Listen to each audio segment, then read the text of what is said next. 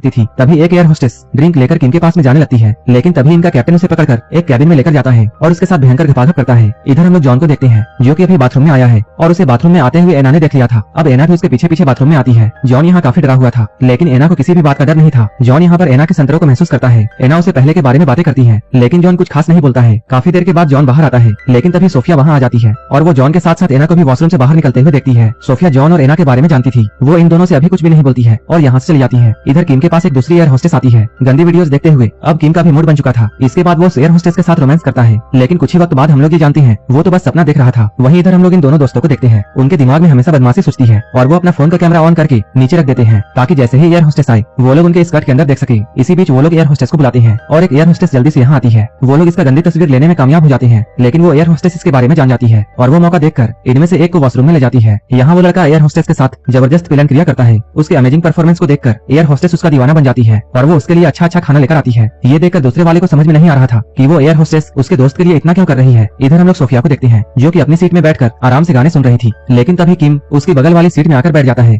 Sophia उससे बोलती है तुम यहाँ क्या कर रहे हो। तब किम बताता है वीआईपी क्लास में जॉन और एना इंटीमेट हो रहे हैं, इसलिए मैं तुम्हारे पास आ गया। यहाँ पर किम सोफिया को एक वीडियो दिखाता है जो कि उसने सोफिया के साथ जबरदस्ती करते हुए बनाई थी। अब सोफिया काफी परेशान थी और वो किम की सारी बातों को मानती है। इसके बाद वो उसे वॉशरूम में लेकर जाता है ताकि उसके साथ मजे कर सके। वॉशरूम में जाकर जैसे ही किम अपने कपड़े उतारता है सोफिया उसे वॉशरूम से बाहर कर देती है। अभी किम के शरीर में एक भी कपड़े नहीं थे, जिसकी वजह से उसकी इज्जत यहाँ सारे लोगों के सामने मिट्टी में मिल जाती है। असल में सोफिया ने ऐसा इसलिए किया था ताकि वो किम से बदला ले सके। अब ये प्लेन हांगकांग पहुंचता है और सभी लोग अपनी अपनी डेस्टिनेशन पॉइंट पर जाते हैं। इधर जॉन और सोफिया एक होटल में रुके थे। इस होटल में कमरे की कमी थी, इसलिए उन दोनों को एक ही कमरे में रुकना पड़ता है। सोफिया जैसे ही मौका देखती है वो जॉन से अपने प्यार का इजहार करती है, लेकिन जॉन उसे यहाँ कोई जवाब नहीं देता है। लेकिन सोफिया को मना करके जॉन को बिल्कुल भी अच्छा नहीं लग रहा था। जॉन कुछ देर खुली हवा में कमरे के बाहर बैठता है, तभी उसके पास किसी का कॉल आता है। कॉल में जॉन का दोस्त था और वो जॉन से सोफिया को एक मूवी के ऑडिशन में ले जाने का बात करता है। अपने दोस्त से बात करने के बाद जॉन कमरे में आता है और वो सोफिया से माफी मांगकर सो जाता है। अगले दिन जॉन सोफिया को उसी डायरेक्टर के पास लेकर गया था जिसके बारे में जॉन के दोस्त ने उसे बताया था। सोफिया की खूबसूरती को देखकर वो डायरेक्टर सोफिया को काम दे देता है। अब इस मूवी की शूटिंग शुरू होती है। असल में ये एक गंदी फिल्म थी। सोफिया और जॉन इसके बारे में कुछ भी नहीं जानते थे। सोफिया को शूटिंग में छोड़ने के बाद जॉन बाहर आकर बैठ जाता है ताकि सोफिया आराम से अपना काम कर सके। वहीं सोफिया को अभी अभी ये बताया जाता है कि उसे एक गंदा सीन शूट करना है, क्योंकि जॉन उसके लिए इस काम को लेकर आया था, इसलिए वो इस काम के लिए मना नहीं करती है और अपने मन को साइड में रखकर इस काम को करने लगती है। इधर बाहर बैठा हुआ जॉन अपने फोन को देखता है, तभी वो यहाँ पर सोफिया का मैसेज देखता है। इस मैसेज में सोफिया ने फिल्म के बारे में बताते हुए ये लिखा था,